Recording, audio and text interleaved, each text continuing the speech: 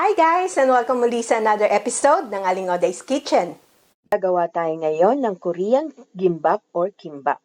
And here are the following ingredients.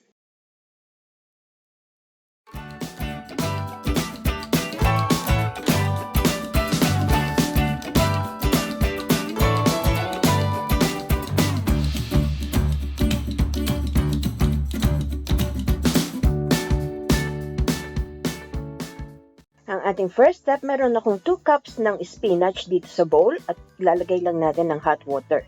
Ibababad lang natin to for about a minute para mag-blanch lang. Drain lang natin yung water and we'll set this aside. Ito naman yung tray ng aking fillings. Meron akong bell pepper, crab sticks, mango, cucumber, fried egg at yung spinach. Gagamit din ako ng 1 can ng tuna flakes.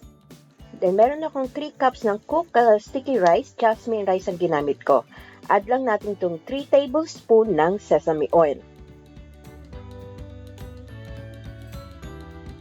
Then, we can season it with salt or kung gusto niyo ng medyo matamis, sugar ang ilalagay nyo. Adjust nyo na lang according to your taste. And then, mix it well. Then, after natin ma-mix, we'll set this aside. Gagamit din tayo ng ating dried seaweed sheet. Yung makintab, yun ang nakataob. At yung ating bamboo rolling mat.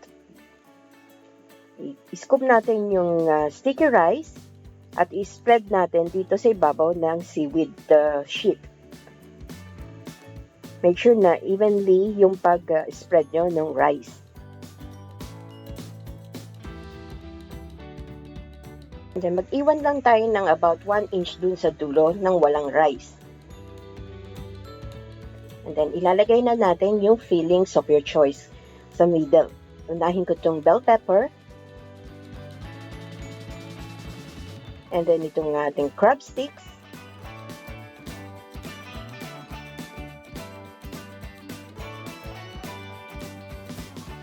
And then, itong slices ng ripe mango. At itong slices ng cucumber.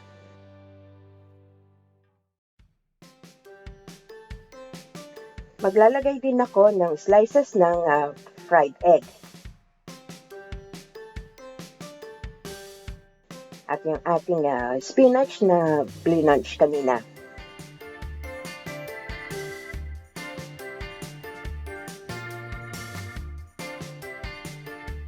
And then lastly, itong ating tuna flakes.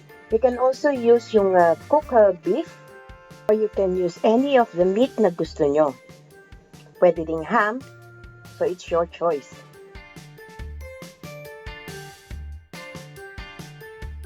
Ayan, and then from the end, i-roll natin to using the bamboo rolling mat. Make sure na i-roll nyo to tightly. And then, pagdating doon sa dulo, basain nyo lang ito ng water para mag-seal. Ang difference nito sa Japanese sushi, ang ginagamit nila mirin. Dito sa Korean gimbap, ang ginagamit nila sesame oil. And then, na-roll na natin, transfer na natin sa plate. Nakagawa ako ng 5 pieces sa recipe ito. Ayan, i-slice na natin yung ginawa nating gimbap. Depende sa laki ng gusto nyong.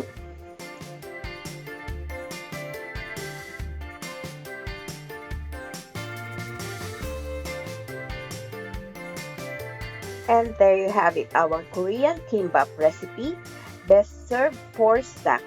Please don't forget to subscribe and hit that bell button para lagi kayo updated tuwing mag-upload ako ng videos. Ako po si Aling Oday. Salamat! Bye! Follow me on my Facebook page, Twitter, TikTok, and Instagram.